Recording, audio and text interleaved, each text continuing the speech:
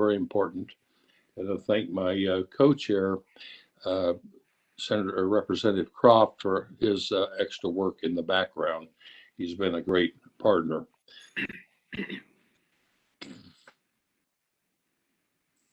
I think it's time for us to get started. And first of all, I made that statement. Can everybody hear me?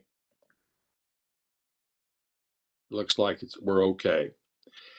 I'd like to call this listening event focusing on the 1st Congressional District and the associated Kansas Senate, House, and State Board of Education districts to order.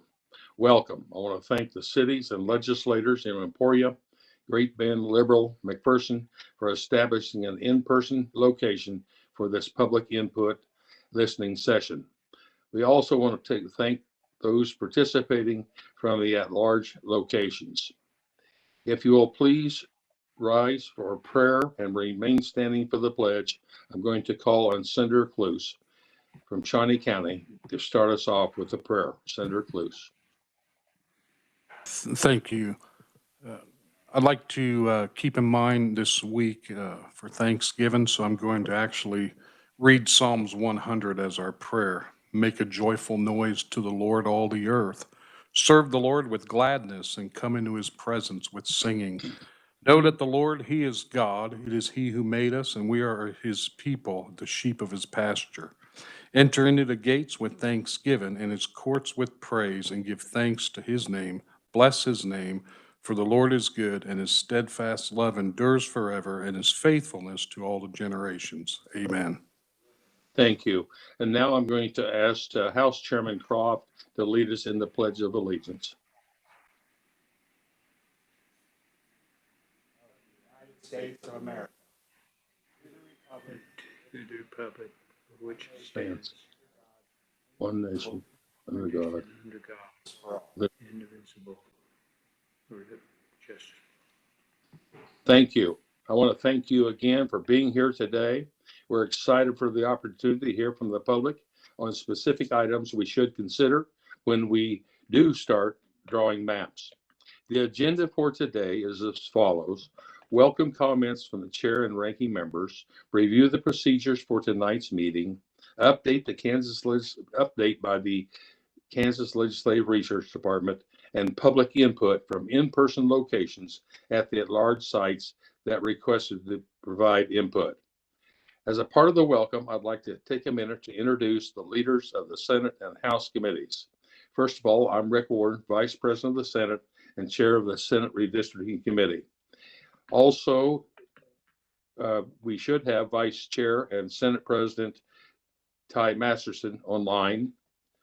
Also from the House, Redistricting Chair Chris Croft, Redistricting Vice Chair Brad Ralph, Redistricting Ranking Member Tom Burrows, and I'd also like to acknowledge the Speaker of the House, Ron Reitman Jr., and the House Minority Leader, Tom Sawyers. Representative Burrows, the Ranking House member, is welcome to make some opening comments. Thank you, Senator. As the chairman stated, I am Representative Tom Burrows, and I want to take this time to express my appreciation to those of you that have joined us online for tonight's redistricting call. This is the second of 4 meetings throughout the congressional districts, and each town hall has been important and informative. Like many of you, committee members want a fair and transparent redistricting process. Your input and interest will assist in the monumental task we have before us. The information and testimony shared here this evening may very well impact your communities. I strongly suggest to continue to let your voices be heard. Again, thank you for joining us, and thank you, Mr. Chair. Thank you, Representative Burrows. As I can't overemphasize enough that this is, as been mentioned, the second of 4 nights for listening tour. We want to hear from you, the public, about your community, what we should consider in drawing these lines. Our goal is to be open and as transparent as possible. We're asking that state elected officials to provide their comments at a later time so we can focus on what the public has to say. We are looking forward to becoming more familiar with your communities and hearing what you have to say on things to consider as we draw these boundary lines. Thank you for all those who submitted input through the centralized redistricting email at redistricting@klrd.kansas.gov. All members and the public can see that input. As I mentioned, in round one, we are keeping that email open so everyone may submit their input 24 hours a day, 7 days a week. Okay, let me go over the procedure a little bit. There was an online sign up for all those that requested an opportunity to speak remotely. Each of you received a personal logon for WebEx. We had a practice test opportunity for those that were uncomfortable with the process, and we recorded the event that is available on the Legislative Redistrict website. We have asked everyone that is dialed into the session to display their name or their location when they're logged in. If you have any issues, write this number down, 785-291-0520. Again, 785-291-0520, and our IT department staff will attempt to resolve the issue.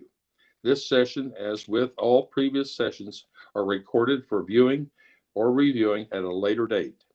I will call on the next person to speak, and I will also ask the speaker that follows it to be prepared. We will start with the in-person locations and then proceed to recognize persons speaking remotely. If the speaker is more comfortable speaking in another language, it would ensure the speaker's thoughts are more accurately portrayed. We encourage the speaker to use that language. We will have comments transcribed and translated following today's meeting and provided to the committee members, the legislative body, and the public. We are also using closed captioning. We have two sign language interpreters, Tonya Northcraft and Jasmine Vassy. They will focus your screen on them if desired. Robin from IT will take you through the process. As the speaker begin, we will start the timer. As the speakers begin, we'll start the timer. The speakers will have 5 to 7 minutes. We don't have a lot of speakers lined up, so be at ease, and we will have a timer that show on the screen. Out of the courtesy to other speakers, we request that you honor the process at the end of the 7 minutes so that you can end remarks on time. Thank you for your patience as we clarified the process. This is an opportunity to listen to you, the public, about your communities. What are unique aspects, how they've changed over the last 10 years? What are the things about your community we should think about when drawing these lines? To address the overall process and where we are in this sequence, I will turn the microphone over to Jordan from the Kansas Legislative Research Department. Jordan, please proceed. Thank you, Mr. Chair. Jordan Milholland, Kansas Legislative Research Department. If you'll give me just one moment, I'll get my presentation going.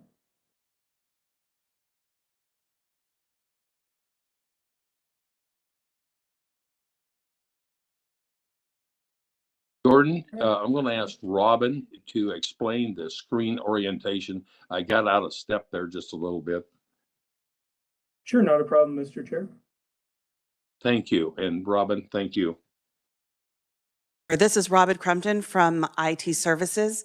If you would like to pin the interpreter to your screen, you would go to the top of your screen there that you have, and you would select the stack view on the layout view, and then slide over using the arrows to the right and or left of the screen and find the interpreter.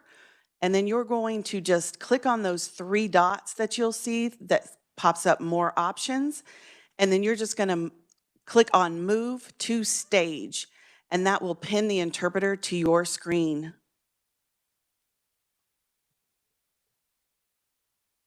Thank you, Robin, very much. And there are staff there that also help redirect. Now I'll turn to you, Jordan. I apologize for the interruption there. Thank you, Mr. Chair. Again, my name is Jordan Milholland. I'm a senior research analyst with the Kansas Legislative Research Department. and I'm our lead redistricting analyst. Tonight, I'll be speaking with you about the population changes in the 1st Congressional District. We'll be specifically looking at changes between 2010 and 2020.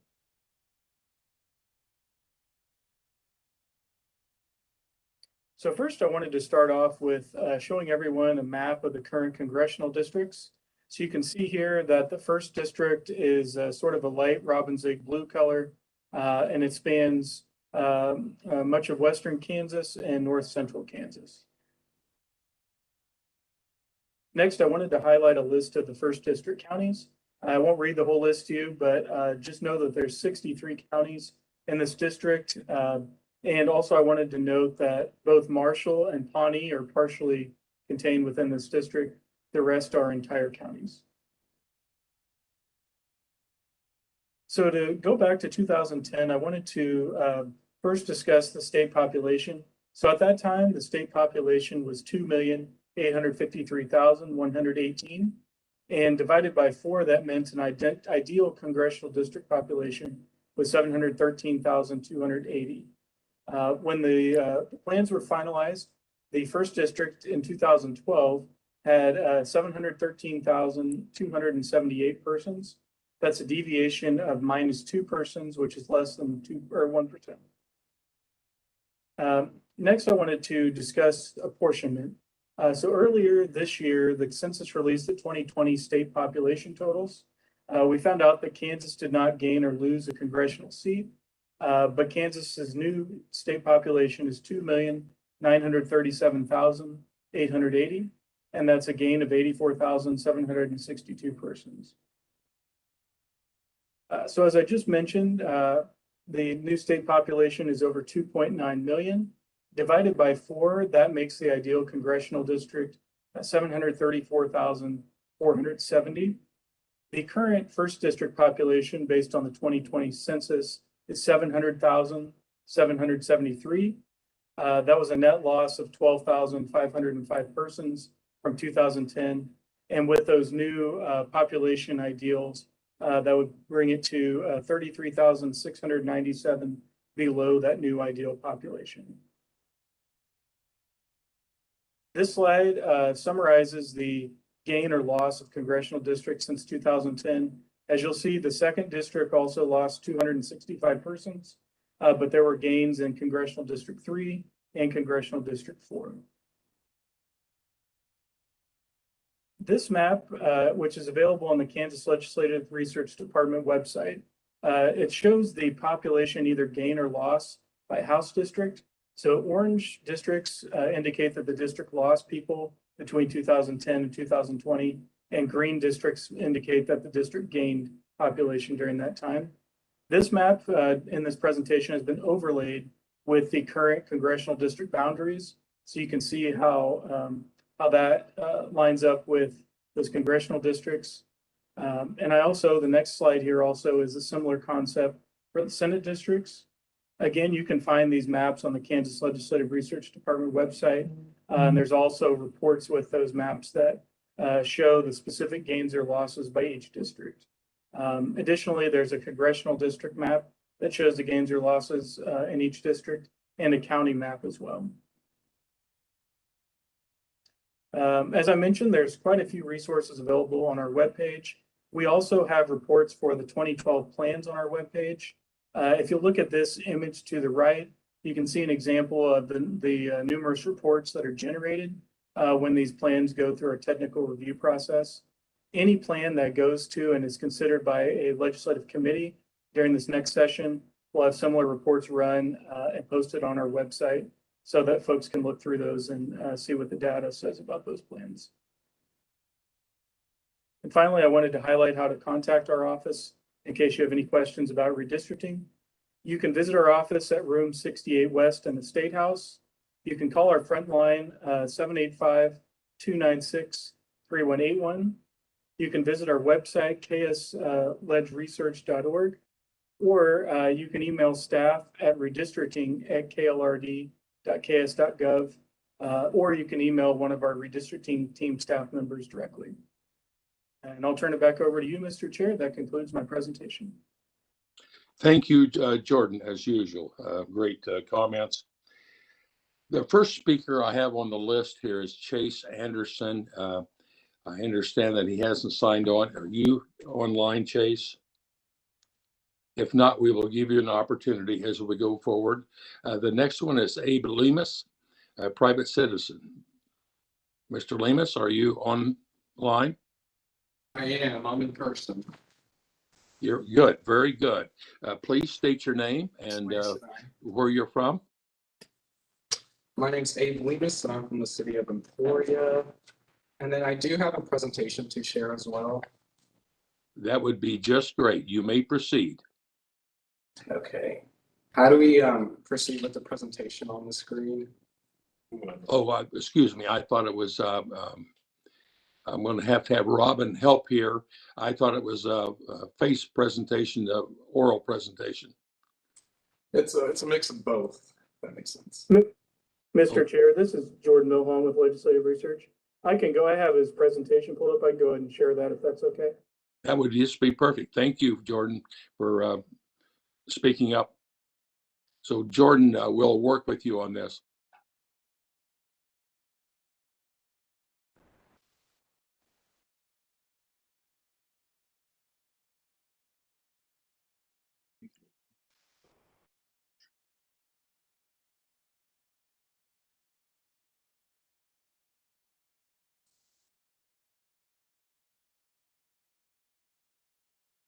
I didn't lose connectivity to that. It's just grayed out.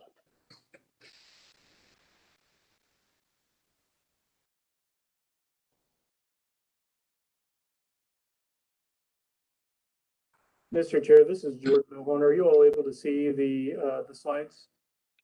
I cannot. They popped up momentarily and now they're gray. Okay, they popped up momentarily and now they're gray.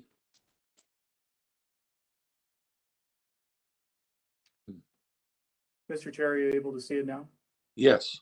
Okay, apologize about that. That was my error, but looks like we've got it going. All right. Thank you.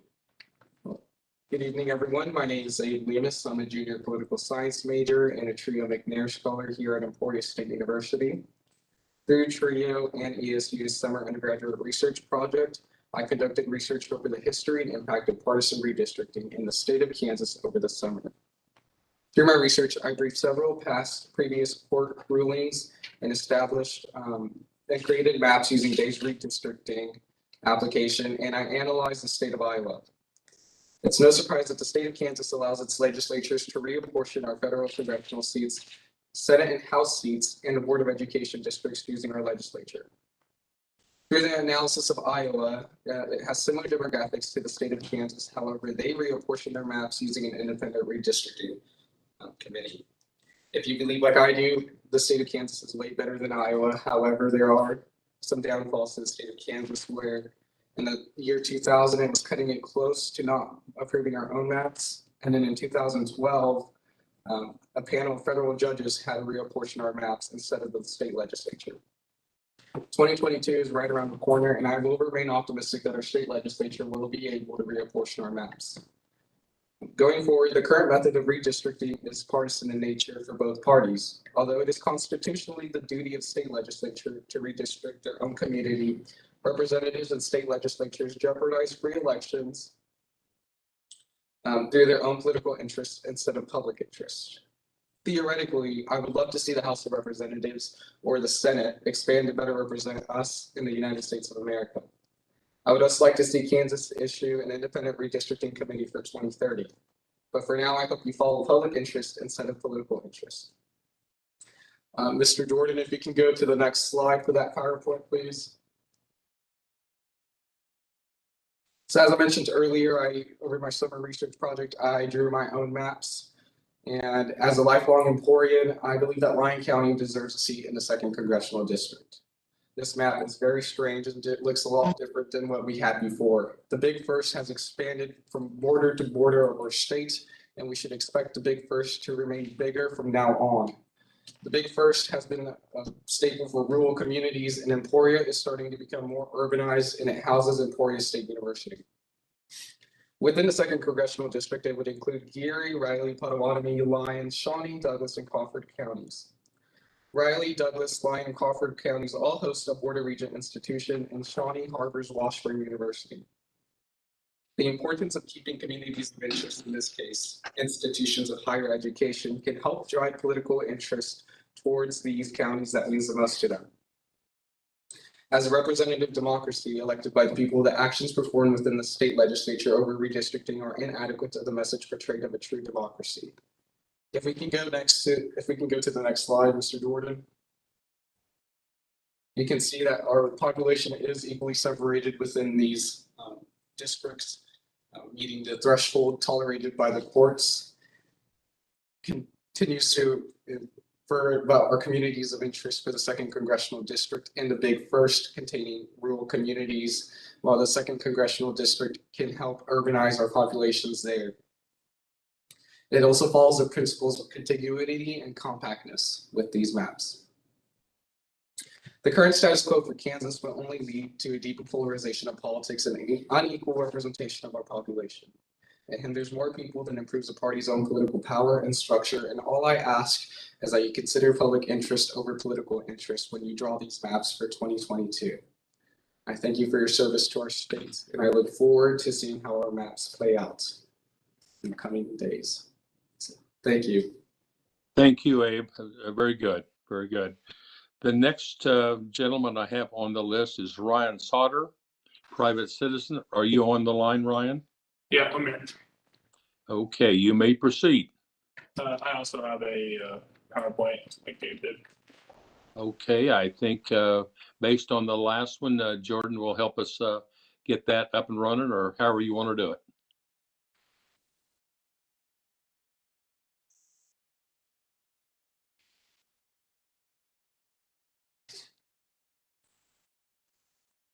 Okay, so yeah, my name's Ryan Sauter. I'm a math major here at Emporia State University. Like with Abe, I'll be providing an alternative approach that aims to, or his wasn't an alternative approach, but it's an alternative approach at creating a less biased and less partisan approach to redistricting. So for the next slide. So what you'll see here is a graph coloring game. And at the right, you'll see a URL. Basically, all this is, any person can go to this URL on their computer and try out this game. So next slide, please. What you'll see here on the left is there's 31 nodes all connected by edges. At the right, you'll notice that each one of these 31 nodes is assigned a certain value. Also, you'll see at the bottom that there's a weight and diameter and 4 different colors. Those 4 colors in this game, you've placed them corresponding with different nodes. After you've placed all of these nodes with a certain color, you'll be given a weight. All that weight is the value added up of each individual node in a color. And the diameter is simply the, once you place, like, say I placed all, 6 purples on that map, depending on how far apart they are from each other, that would be the diameter. Next slide, please.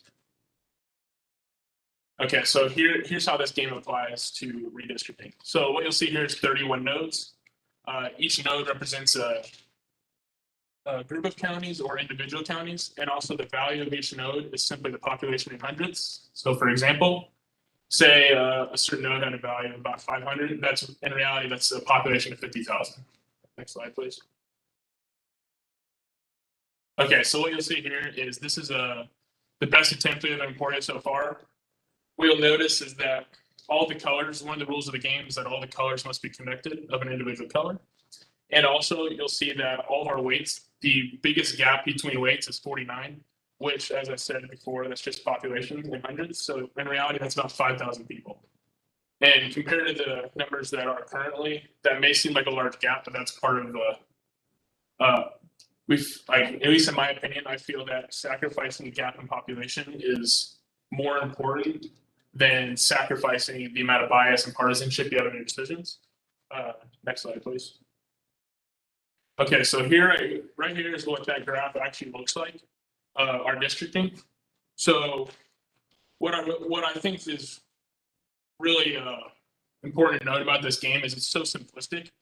I feel that it's very important that the average person can go on and try this out for themselves. I think, at least in a lot of things in government, people can gain a lot of trust if they can do it themselves and check and see, like, and get their own grasp on it, rather than the state gives them these answers or gives them a map of what it is and they can't go check it out or like try it themselves. And this provides that opportunity. Also, you might be thinking that, oh, why are we breaking into such few groups? Part of the importance of that is that by keeping it simplistic, it allows less room for gerrymandering. So say we split this into 105, like the 100 plus counties in Kansas, that would allow you to make much more intricate patterns of districts. While if you keep it in groups of counties like we have here, you'll see that the blocks are meshed much less. None of them look very elaborate. They seem pretty reasonable, and also the population follows this. So overall, I would say, even if it's not just this type of game, the premise of this game in which you're doing your best to take away partisanship in your decisions and also bias is something that I believe should be considered when redistricting. Thank you. Excuse me. Thank you, Ryan. That was very interesting. The next speaker we have online is Janice Walker, private citizen. Janice, are you online? Yes, I am. Thank you for being here. You may proceed. Thank you for having me. So you're going to start the timer over again, right? Well, yes, but let me tell you, we have ample time. So if you need time, you just proceed on. Okay. Okay. Well, thank you very much. I'm in Great Bend. I live at home, and I'm the new president of the League of Women Voters for Great Bend and Barton County. And I have been trying to understand redistricting since August when I became president. It is quite complicated, and I was very impressed with the maps from Emporia State. You guys did a good job. Now, the League has position statements on many issues. We have a position statement on redistricting. We do recommend an independent special commission that is nonpartisan. And yes, a district court had to draw our last maps 10 years ago. Now, this entity should not plan redistricting around the incumbent's residence, voter registration, election, or other partisan data. The plan, the new redistricting plan, needs to be enforceable in court. Equal populations, which the two gentlemen prior to me talked about, geographic pronounce that for me, continuity, connecting to each other, and of course, preserve communities of interest. We'd like the presentation of redistricting plans at statewide public hearings after introduction in bill form and prior to consideration by the House and Senate. These plans could be adopted for the State House and Senate congressional districts no later than February 28, 2022. I have many maps in front of me. I've got my Great Bend ward map. I've got the county map showing districts. I've got the House district map. I've got the U.S. House map. And I've got the U.S. Senate map. I'm going to concentrate on the Great Bend ward map.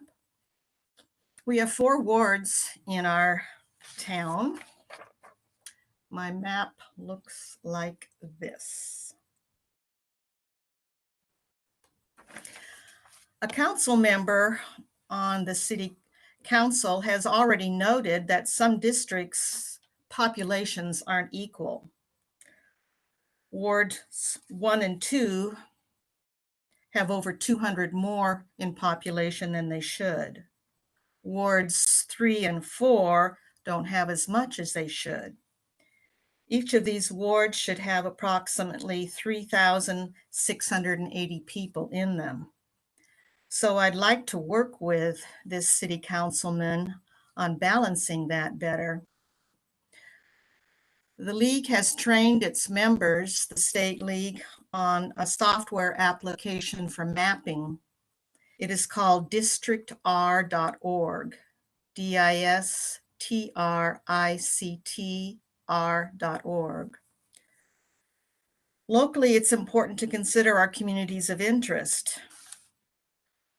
places that we come together in Great Bend, our community centers, our libraries, churches, grocery stores, parks and recreation. We have the first drag strip in the state, our sports complexes, our schools, hospitals, things we celebrate, street festivals and parades. When considering redistricting, we also have common interests and issues. Cheyenne Bottoms is out here, the wildlife area. Environmental issues are important. In the past, bombs were dropped on Cheyenne Bottoms. High cancer rates because of this, maybe because of farming as well. Issues of low income housing. Flooding has happened in a housing section near our Veterans Park. Public health issues, WIC, SNAP, our vaccines. Drug arrests, vandalism on the tennis courts lately. The need for more public transit. Great Bend has different types of people. We have a large Latino population, oil field workers, a lot of farmers, students at our Barton Community College. They're big in track. They attract people from other countries like Usain Bolt. Remember him? We have a lot of service providers in town. Our Dream Center, many civic groups, Kiwanis, Lions, Pilot Club, agencies that deal with people with disabilities, our big employers, our CPI, retirement planning, OPI, office supplies, Larned State Hospital, 25 miles to the west. In fact, I worked out there for 11 years as the accreditation officer. KU Med Center is here, Clara Barton Hospital. Boundaries around Great Bend and through them include east to west, Highway 56, 156, we call that 10th Street. Fast food, Walmart, a lot of grocery stores. We have Highway 281 going south. We have a diagonal 196 as well. South of town is the Arkansas River. So who is our community? We feel, of course, Great Bend is, also Ellenwood to the east, Hoisington to the north, Larned to the west, and St. John to the south.